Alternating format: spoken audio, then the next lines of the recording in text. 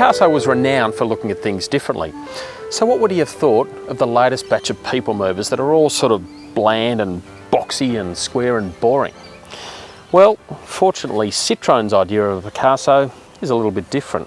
It's all sort of curvy and sexy, and it's now in Australia.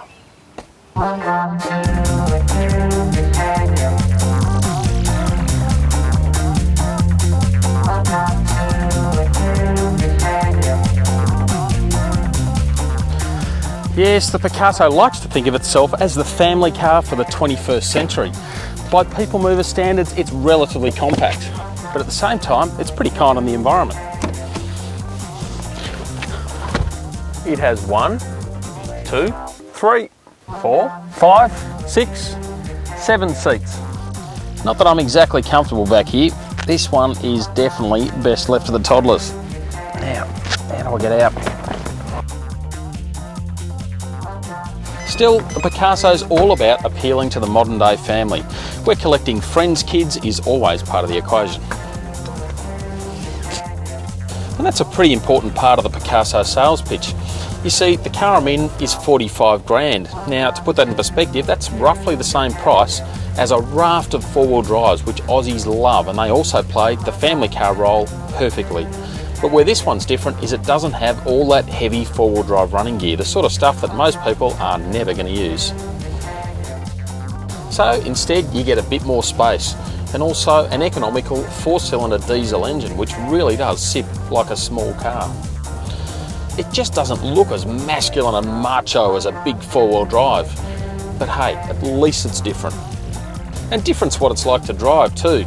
The 4-cylinder diesel takes a bit of getting used to, but once you get there it actually works pretty well, gets the car along smartly and works well with the 6-speed automatic. The steering's so-so and it does lean a bit through corners, but I can live with that. But it's bumps that really are not the Picasso's friend. It sort of thunders into them and crashes around. It just doesn't do it too elegantly.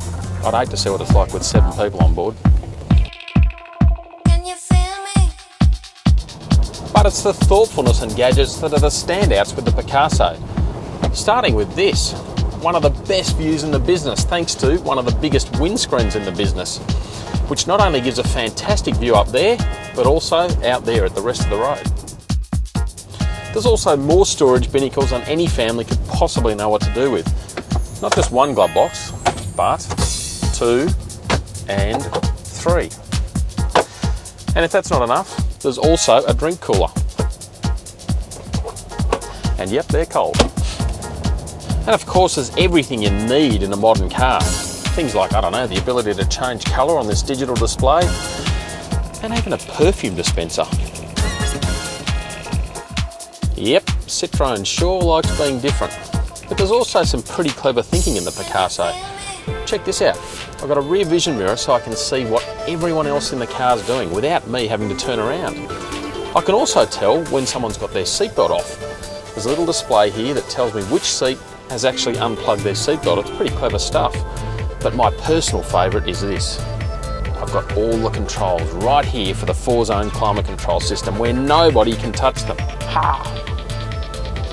Also got this snazzy fixed hub steering wheel.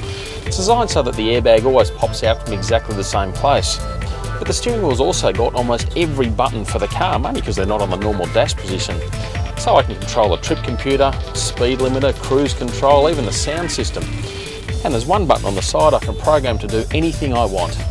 Well, almost anything.